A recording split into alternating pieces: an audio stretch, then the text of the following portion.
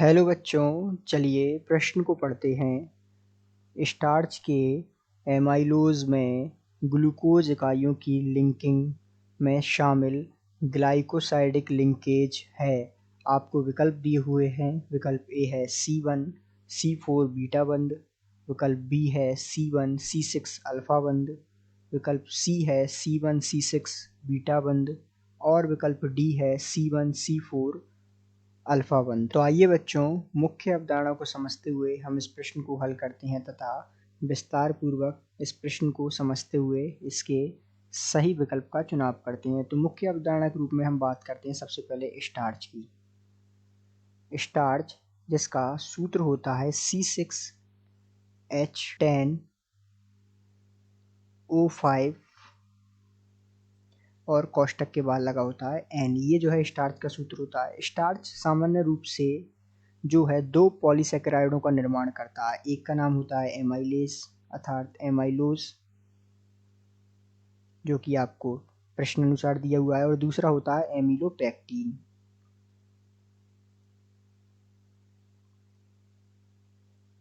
अब जैसा कि हम जानते हैं कि स्टार्च जो है ग्लूकोज का बहुलक होता है, तो एमाइलोज और एमिलोपेक्टिन दोनों ही जो है इसमें ग्लूकोज की श्रृंखलाओं से मिलकर ये बना होता है। अब बात करें प्रश्न के संदर्भ में, तो यहाँ हमसे कहा है एमाइलोज के बारे में। तो आइए हम एमाइलोज की संरचना देखते हैं और पता लगाते हैं कि इसमें जो है किन किन कार्बनों के मध्य ग्लाइकोसाइडिक लिंकेज पाई जाती है। तो ये जो संरचना दी हुई है ये है एमाइलोज की संरचना।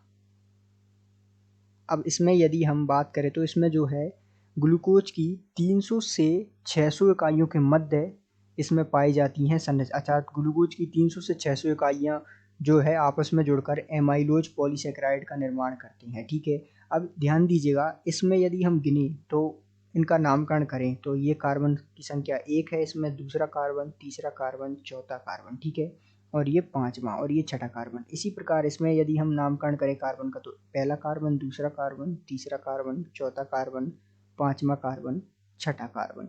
इसी प्रकार इसमें देखें तो पहला, दूसरा, तीसरा, चौथा, पांचवा और छठा कार्बन। अब ध्यान दीजिएगा, ये जो बंध आपको दिया हुआ है ये बंध, ये वाला बंध इसमें और इसमें ये वाला बंध, ये दोनों बंधों का क्या नाम है? ये बंध है ग्लाइकोसाइडिक बंध।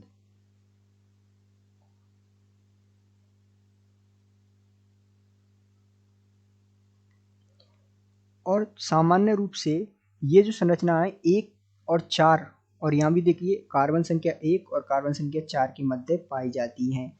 तो अर्थात इन्हें हम कह सकते हैं कि ये जो है अल्फा 1,4 ग्लाइकोसाइडिक लिंकेज इसमें उपस्थित होती है।